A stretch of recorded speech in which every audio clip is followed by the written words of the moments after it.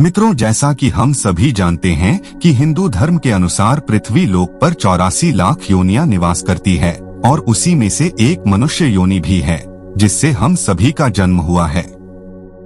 दोस्तों, हिंदू धर्म के अनुसार मनुष्य के कर्मों के अनुसार उनके अगले जन्म निश्चित होती है और जब कोई प्राणी अपने पिछले जन्म में अधिक से अधिक सत्कर्म करता है तब उसका जन्म फिर मनुष्य योनि में होता है।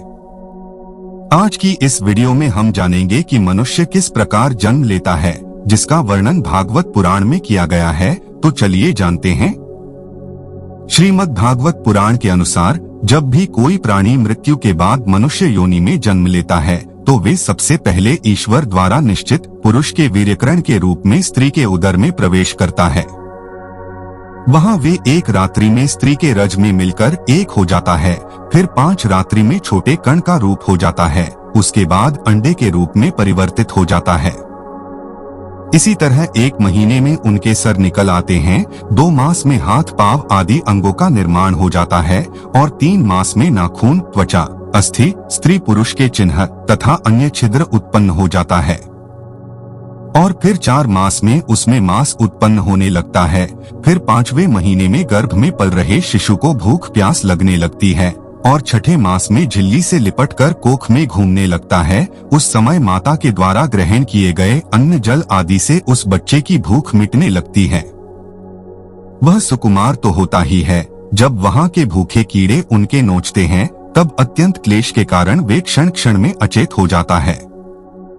इतना ही नहीं, माता के खाए हुए कड़वे, तीखे, गरम, नमकीन, रूखे, खट्टे आदि पदार्थों का स्पर्श होने से उनके शरीर में पीड़ा होने लगती है। वह जीव माता के गर्भाशय में झिल्ली से लिपटा व आंतों से घिरा रहता है। उसका सर पीठ की ओर और पीठ और गर्दन कुंडलाकार मुड़े रहते हैं।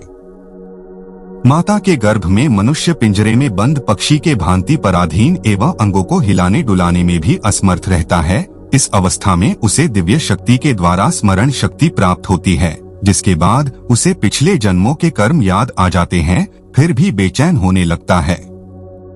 उसके बाद 7वां महीना आरंभ होने पर उसमें ज्ञान शक्ति पनपने लगती है, जिसकी वजह से वह एक स्थान पर नहीं रहना चाहता। तब स्थूल शरीर में बंधा हुआ वह जीव अत्यंत भयभीत होकर देववाणी से कृपा की याचना करते हुए हाथ जोड़कर उस प्रभु की स्तुति करने लगता है। इसके बाद भागवत पुराण में बताया गया है, देहधारी जीव दूसरी देह अर्थात माँ के गर्भ के भीतर मल मूत्र और रुधिर के कुएं में घिरा हुआ रहता है। उसके पाचन रस की ऊष्मा से गर्भ में मौजूद जीव का शरीर अत्यंत संतप्त होता रहता है। इन कष्टों के बारे में सोचते हुए जीव गर्भ से बाहर निकलने के प्रबल इच्छा लिए भगवान से प्रार्थना कर रहा होता है कि हे भगवान, मुझे यहाँ से कब निकाला जाएगा। फिर गर्भ में मौजूद मनुष्य सोचता है कि पशु पक्षी आदि अन्य जीव तो अपनी मूढ़ बुद्धि के अनुसार अपने शरीर में होने वाले सुख दुख आदि का अनुभव करते हैं, किंतु भगवान में तो आपकी कृपा से साधन संपन्न शरीर से युक्त हुआ हूँ, अतः आपकी दी हुई विवेक बुद्धि से अपने शरीर के बाहर और भीतर अहंकार रूपी आत्मा का अनुभव करता हूँ। भगवान, इस अत्यंत दुख से भरे हुए गर्भाशय में यद्यपि मैं बड़े कष्ट से रह रहा हूँ तो भी इसे से बाहर निकलकर संसारमय अंधकूप में गिरने की मुझे बिल्कुल इच्छा नहीं है, क्योंकि उसमें जाने वाले जीव को आपकी माया घेर लेती है, जिसके कारण उसके शरीर में दृष्ट बुद्धि हो जाती है और उसके परिणामों से उसे फिर इस संसार चक्र में ही रहना होता है। इसलिए वे भगवान से बार बार विनती करता रहता है कि उसके कष्ट से और इस संसार की मोह माया से जल्द मुक्ति दे। फिर 9वें या 10वें महीने में जब मनुष्य अपनी माता के गर्भ से इस मृत्यु लोक में आता है तब उसकी सारी स्मृति नष्ट हो जाती है। वह विपरीत गति को प्राप्त होकर बार बार और जोर जोर से रोने लगता है। फिर माता पिता के द्वारा उसका पालन पोषण किया जाता है।